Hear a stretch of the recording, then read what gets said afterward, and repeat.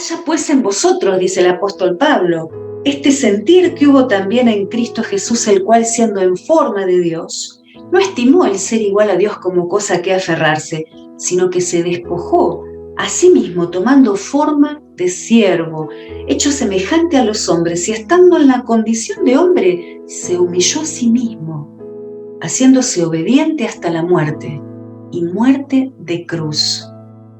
Algunos dicen que los versículos sucesivos de la exaltación de Cristo son la médula de todo el Nuevo Testamento, junto con la carta de Romanos y con la carta hacia los Hebreos, por la contundencia teológica y la profundidad del texto. Eso nos lleva a preguntarnos por qué estos versos tan trascendentes, tan pesados teológicamente, están en una carta tan sencilla, tan simple, tan breve como la carta a los Filipenses, la carta del gozo. Parece ser que había una brecha en parte de la iglesia, lo vemos en el capítulo 4, e incluso entre dos líderes, y Pablo muestra un antídoto, expresando y detallando la humillación de Cristo. Entonces, podemos ver 4 evidencias de la humillación de Cristo. La primera que podemos mencionar, hay más y muy detalladas, pero a grandes rasgos es el abandono de la posición desde donde Él descendió, el cual siendo en forma de Dios, forma, morpheis, desde el idioma original, es una palabra que expresa plena y verdadera esencia del ser. Es la naturaleza esencial de algo, lo que es en sí mismo. Y este es el punto crucial para entender cómo desciende. Al usar la palabra morpheis, Pablo explica que siempre ha existido en la esencia incambiable del ser de Dios.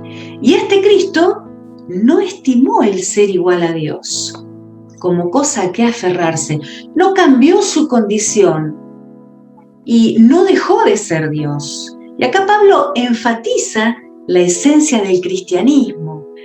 El que descendió a los hombres era Dios mismo, no era un Dios disfrazado de hombre, no era mitad Dios y mitad hombre. Y esto es clave y es medular, porque quien se acerca al cristianismo o secta que habla en desmedro del cristianismo, siempre pone en tela de juicio la divinidad de Jesucristo. Y Pablo es muy claro con esta palabra que usa, porque dice que la esencia de Dios, Dios mismo, se hizo semejante a los hombres. Y vemos acá el abandono de la posición desde donde descendió Dios mismo para venir a esta tierra. Empieza a verse en el texto de Pablo la humillación de Dios para venir entre nosotros. En segundo lugar, vemos una segunda evidencia de la humillación de Cristo, y es una autorrenuncia.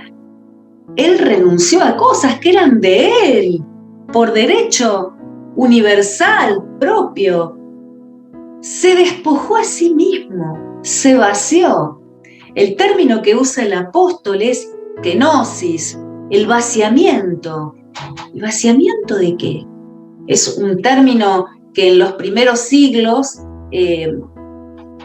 permitió una especulación que luego llevó a algunos a herejías. No vamos a hablar de eso en este momento, pero lo cierto es que Él no se vacía de su deidad y tampoco se vacía de sus atributos. Él no intercambió su deidad por ser hombre, porque Malaquías 3:6 lo explica. Dice, porque yo, Jehová, no cambio. Y Santiago, en el capítulo 1, dice que no hay en él sombra de variación. Entonces, ¿a qué renuncia? Bueno, podemos nombrar que se despojó de sus privilegios y de su gloria que disfrutaba al lado del Padre. Podemos nombrar que se despojó del ejercicio libre de sus atributos. ustedes y yo, si hubiéramos estado colgados de la cruz y hubiéramos manejado los elementos como Él los manejó, el clima, el viento, el mar, no hubiéramos dudado de estar colgados de la cruz y frente a la tortura, frente a los insultos, frente al descreimiento, frente a la burla, hubiéramos aniquilado a todos. Pero Él se despojó del ejercicio libre de sus atributos y teniéndolos, eligió quedar y permanecer en la cruz para llegar a finalizar su obra en ella. También Él rindió sus riquezas personales. Dice 2 Corintios 8:9 que Él, siendo rico, se hizo pobre por nuestra causa. Se volvió terriblemente pobre. No tenía nada, no tenía bienes, no tenía casa, no tenía ningún tipo de bien tangible. Él se volvió absolutamente pobre, siendo Él el dueño del esplendor, del universo. Se volvió pobre. Otra autorrenuncia que vemos es que Él rindió una relación favorable con Dios. Tenían una relación perfecta, plena, y Él se hizo pecado. Por eso dijo colgado: Dios mío, ¿por qué me has desamparado? ¿Y a qué más? Renunció a su gloria celestial. Qué tremendo el cambio de ser adorado por ángeles, serafines, arcángeles, para venir a una tierra rodeado de cabras, de ovejas, de pasto, en un escenario tan humilde. Nos muestra que Él renunció a su gloria celestial. Y podemos ver la tercera evidencia de la humillación de Cristo, que es la abnegación a servir, tomando forma de siervo. Se hizo siervo, dulos, sirviente. Pudo haber nacido en otra tierra y nació en Belén, insignificante pueblito. Y pudo haber servido a reyes, sin embargo, sirvió a prostitutas, a ciegos, a leprosos, a los desposeídos, a los marginados. Sirvió a los que le tendrían que haber servido a Él, a sus aprendices, sus discípulos. Él, que era dueño de todo, vino al mundo y pidió prestado a los hombres por la abnegación al venir a servir. Su kenosis, que hablamos del vaciamiento, no fue solo vaciarse, sino vaciarse de esto para tomar forma de esto. Vaciarse para tomar forma de siervo. Tremenda esta humillación de Jesucristo.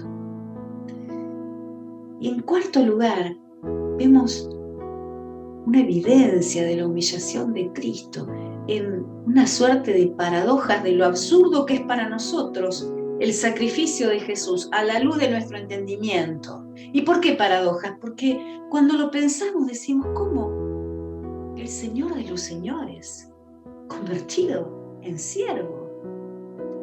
El juez, que después es puesto a prueba en el banquillo de los acusados.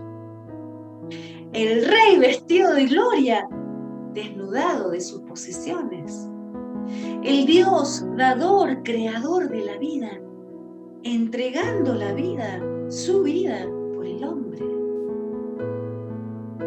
Permitime, después de ver estas 4 evidencias, 4 implicancias de la humillación de Jesús, hacer 3 breves conclusiones. La primera conclusión es que hay un imperativo de Dios usando a Pablo como lapicero, como dice un predicador.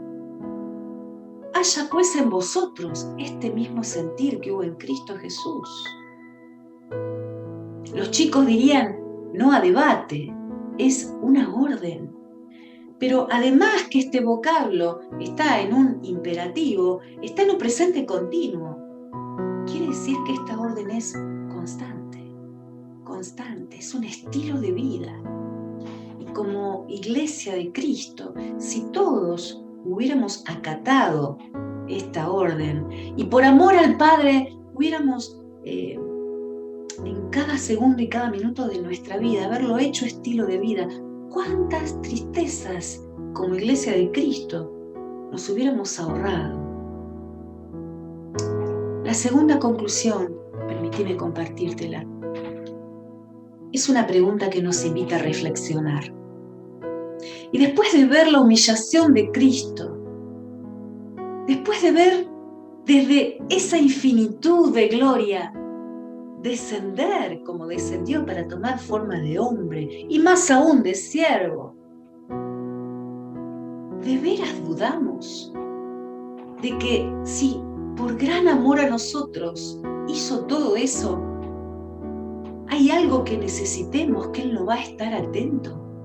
¿De veras tenemos que estar en tensión, ya sea como siervos del Señor o como iglesia, frente a ciertas vicisitudes, de no estar tranquilos, descansados y pendientes de que si Él hizo todo lo que hizo por mí, ¿cómo no va a estar atento a mis necesidades? Y la última reflexión es una consecuencia. Y la consecuencia de leer este texto es la adoración. No hay manera de no adorarle por gratitud y con gratitud, después de examinar un poquitito nada más este texto de Filipenses capítulo 2.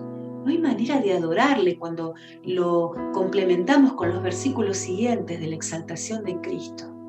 No hay manera de no servirle con otra motivación que no sea gratitud, adoración.